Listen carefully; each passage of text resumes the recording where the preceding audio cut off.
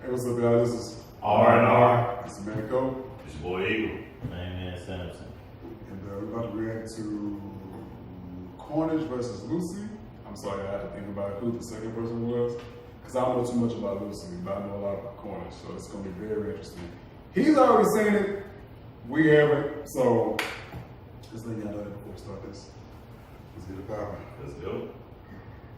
Hey everybody, we have a brand new Death Battle t-shirt on the ScrewAttack/Rooster Teeth store. Head to store.roosterteeth.com and you guys can pick one up. It's a great way to support the show.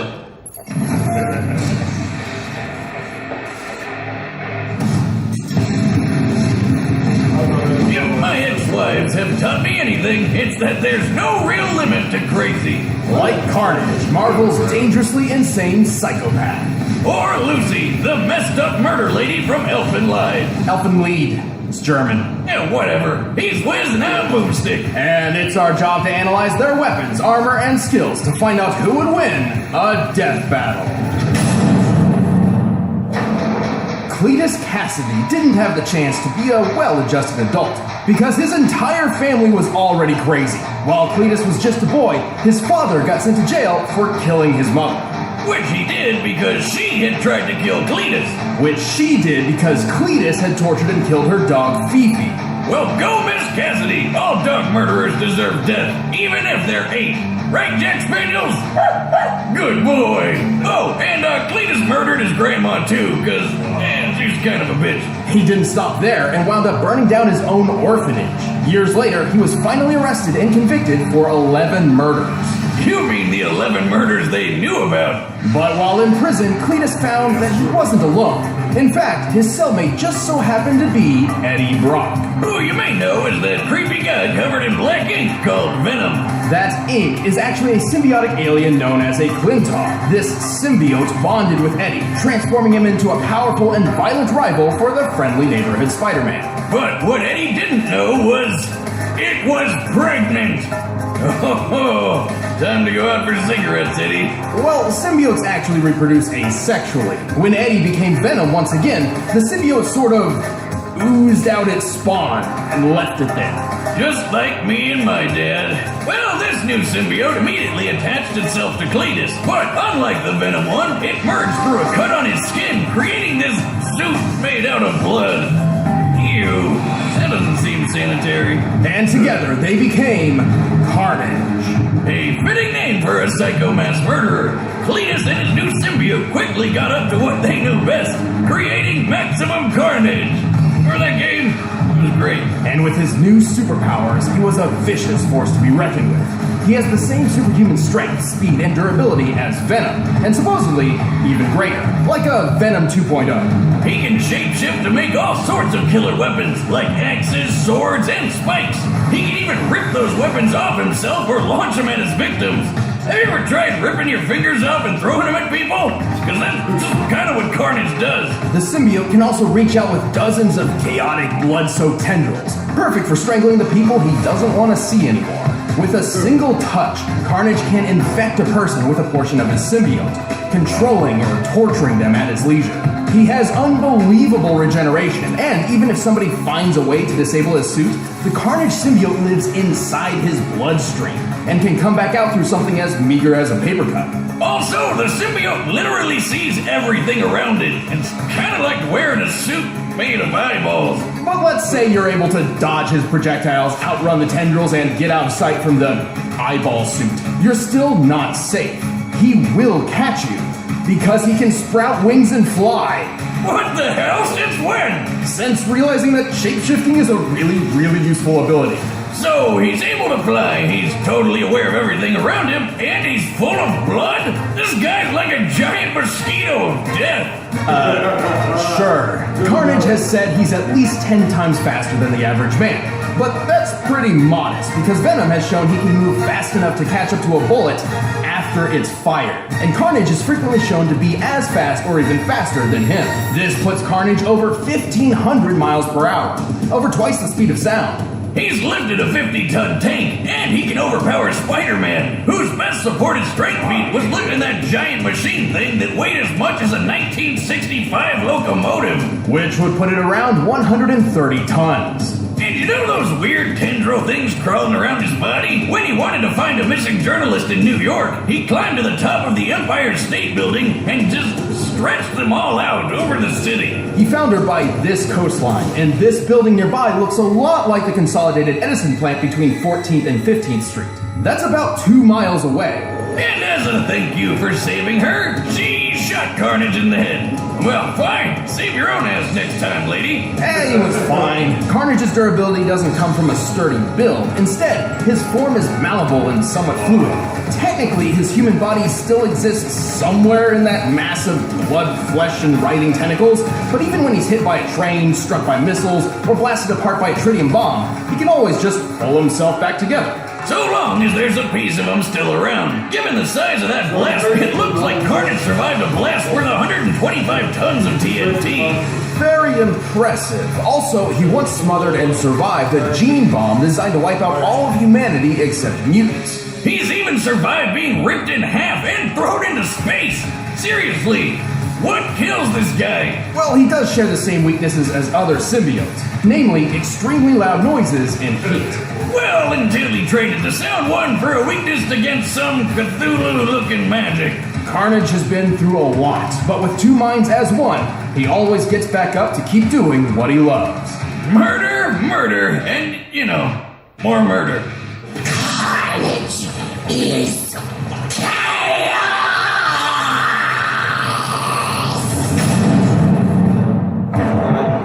There are some mysteries the world holds which no one is meant to know.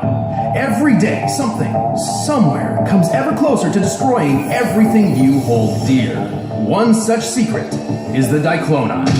No big deal. They're just a race of crazy people who want to infect human beings to make more Dicloni and then wipe out all of humanity. Oh, look at the cute little horns. They look like kitty ears. To accomplish this, the Dicloni would have to rely on their queen, Carnage, better known as Lucy. Luckily for everyone, some important people figured this out and captured her. And now it's time for your only warning. Right, Lucy's methods, let's just say they're not for the faint of heart. And let's also say that those lucky important people were about to get very, very unlucky.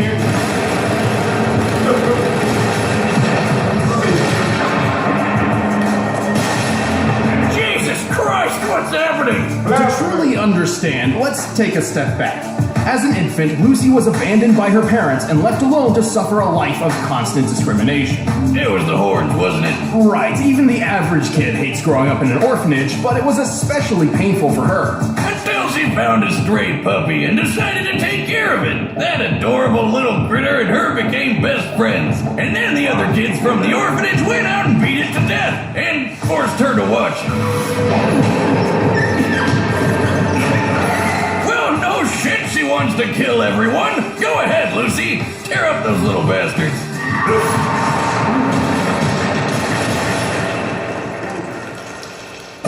Whoa! Damn! This was the first time Lucy unleashed her psychokinetic vectors. As a Diclonius queen, Lucy is meant to use these vectors to infect ordinary human beings with the Diclonius virus. Oh, but she uses them for so much more. For simplicity's sake, think of the vectors as invisible arms which can sprout from Lucy's back. Lucy can use up to 28 vectors with a normal range of about 6 to 7 feet. When she gets really serious, her horns grow and the vectors get way longer and stronger. She can vibrate her vectors at different frequencies, and each level of vibration has different effects. Kinda like that thing that my ex-wife had on the nightstand that I thought was one of those crazy pens. At low frequencies, her vectors can pass through objects with no effect. At a medium frequency, the vectors become solid, like extendable hands, while still completely invisible. These can be used as shields and lift heavy objects. Oh man, if I had those things, I'd be messing with people all the time, like tying their shoes from across the room. Also, since this seems to be a thing in this episode, she can fly. It's not really flying, she's just lifting herself off the ground. With the third frequency, Lucy turns her vectors into invisible blades. These can cut through people and bend metal. And with the last and highest frequency, Lucy gets explosive. No, really, at this level, they finally become visible and can strike with enough force to detonate. Damn, they don't call this chick the queen for nothing. Unfortunately, Lucy is not always in control of what she does. Turns out she has developed several alternate personalities. Yeah, getting That injury specifically created Mew, a passive, almost childlike persona which exists as a coping mechanism for Lucy's trauma. As Mew, Lucy would finally find friends, and began forging a path toward hopeless redemption. Unlike her third personality, the so-called DNA voice, which constantly whispers in her ear that she's got a job to do. Kill them all, Lucy, before they hurt more puppies. Ooh, spooky DNA. She could do it too. Lucy's fast enough to block bullets from a point-blank range. And once, she actually saved herself from a bullet after she had already been shot. As in, while the bullet was traveling between her skin and her heart.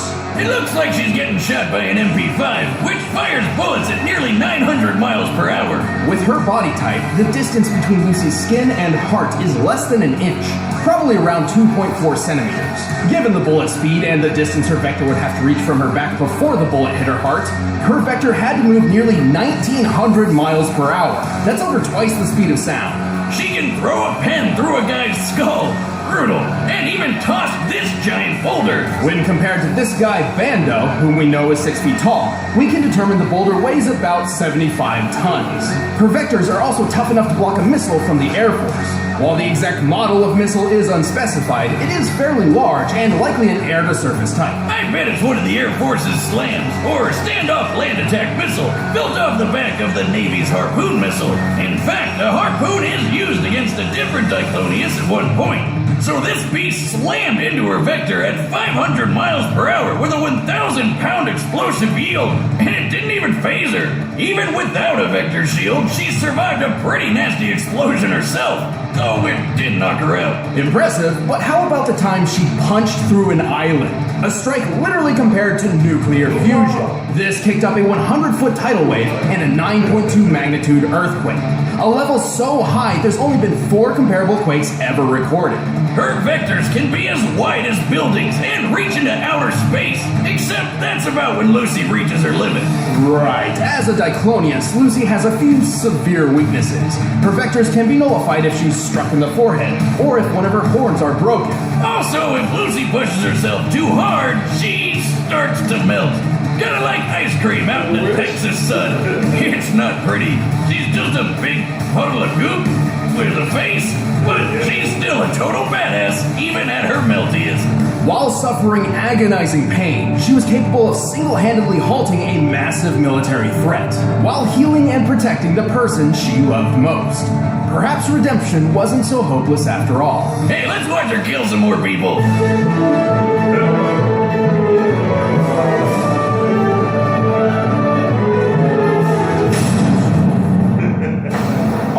The combatants are set. Let's end this debate once and for all. But first, you'd be crazy not to get in on this deal.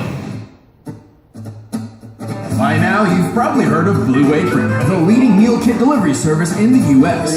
But did you know about all the different kinds of delicious foods you can make? Like the honey chipotle glazed chicken with poblano and lime rice. There's plenty to choose from, since they offer 12 new recipes each week.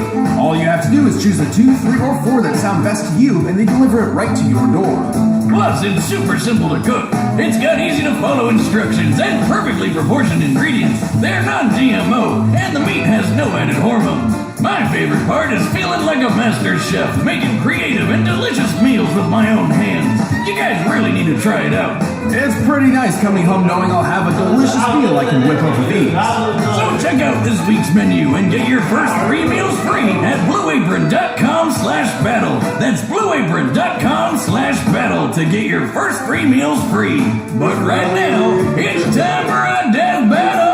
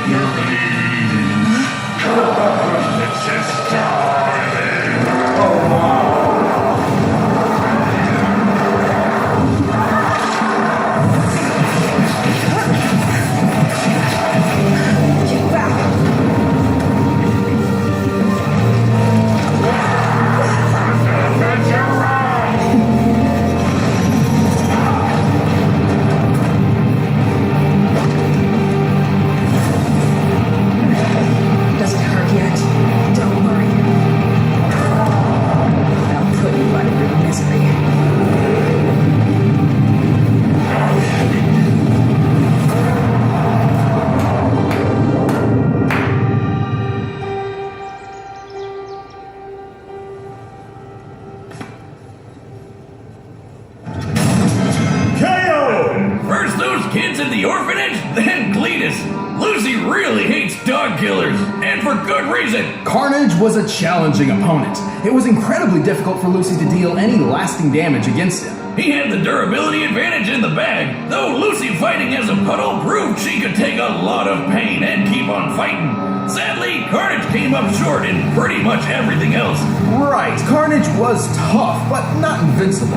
Even his surviving that gene bomb isn't quite as impressive as it sounds, since he had no other feats to even remotely back up planetary level durability, and the bomb was more akin to a biological weapon anyway. While Carnage's tendrils could pass speeds of Mach 2, Lucy's vectors once reached into outer space. By timing her accompanying monologue and comparing the longest vector's length to the curvature of the Earth, it's clear she reached over 2,400 miles in 20 seconds max. Way longer than Carnage's 2-mile feat. All this means her vectors were moving at least 440,000 miles per hour, more than 500 times the speed of sound and 250 times faster than Carnage. Good luck getting past that. And this was really the biggest hurdle. With Lucy's redonkulous speed and Carnage's healing powers, it all boiled down to one thing. Who could hit the killing blow first? I mean, Carnage could respawn from scraps, so the only way to beat him for good was to totally vaporize him. And Lucy had the perfect answer to that. Remember that time she hit an island so hard she caused a 9.2 magnitude earthquake and a 100-foot tall tidal wave? Such a feat would require an enormous amount of explosive energy, approximately 31,000 tons of TNT, similar to the bomb that hit Hiroshima. It's literally compared to nuclear fusion in the Elfen Light manga. Elfen Lied, it's German. The point is, in order to beat Carnage for good, Lucy needed to totally obliterate him, and she could do that. The heat produced within the initial impact of a nuclear explosion can reach temperatures up to 180,000 degrees Fahrenheit, more than 18 times hotter than the surface of the sun. And to top it off, heat was Carnage's biggest weakness. Even if Lucy's explosive force was just a fraction of this, it would still have been far too much for him. She just needed to smack him before he could power through her vectors, which chances were pretty slim for that happening anyway, because there's a bunch of them and they're so damn fast. Hitting Carnage with a big explosion punch was way easier. Cletus and his symbiote may have had the endurance, but Lucy's space-worthy speed, overwhelming presence, and nuclear strength won the day. She dealt the carnage needed for a total victory and took the lead. There, I said it right, Wiz. Happy? The winner is Lucy. Thanks for watching, and if you enjoyed the fight, you can get a first membership and watch our commentary by clicking that box over there. Thank you, Chad. And if you want the battle music from this episode, you can get it in the link in the description below. You're not Chad.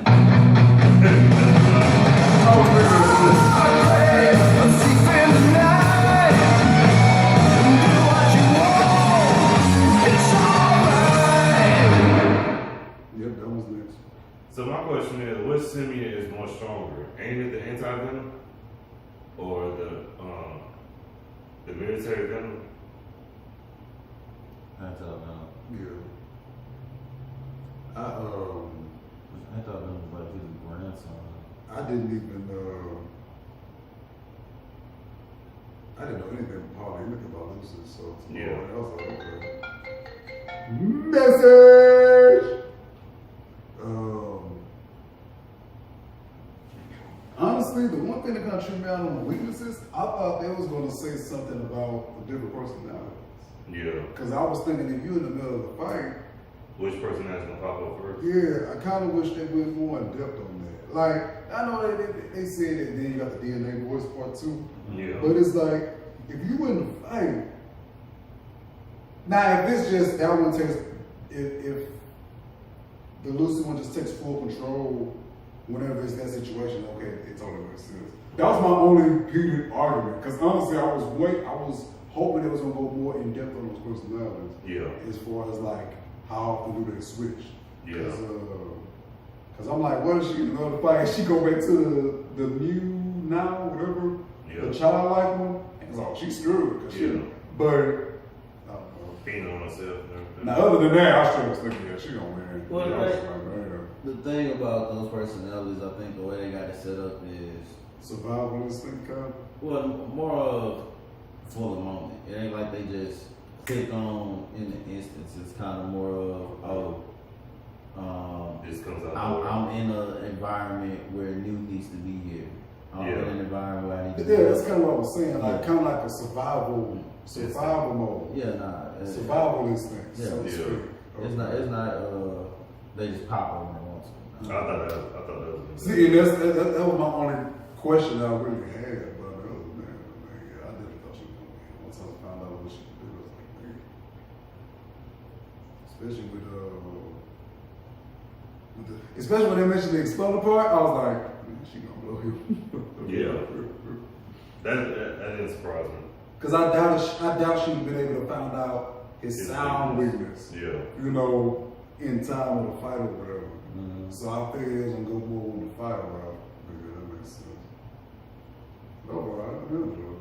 Yeah, it was good. First of all, so I apologize for any kids watching this. I did not expect all that blood and gore on this thing. Sorry. We apologize. I didn't know. I know you. I wasn't ready. He didn't tell us. You fine. It is my fault. Because I see it. But I mean, overall, I enjoyed it, man. But y'all post some comments in the comment section. And don't forget to subscribe, like, share, all that good stuff. And don't do violence. Don't be like Lucy. Don't be like Lucy's or Carnage. Guys, killing is wrong. Let me put this. Murder is wrong. Because the scripture says it's time to kill. Murder is wrong. Yes. For selfish gain, it is wrong. Yes. Oh my goodness. Sometimes it's a tilt towards violence. I knew you were going to say that. Look, I saw his finger. I'm Your like, sacrifice. Oh my goodness. All right, y'all. We got 4 days. And that's real to believe in. So dear Captain America, when the real guy drops his hammer, your shield will be no defense. And iron sharpens iron, so it's irony to me to see that only the blood of the Son of Man can now sustain what iron can't. So much for Iron Man, don't let that stop your marvel. Worship's up in our arsenal, steady fire till Zion lands.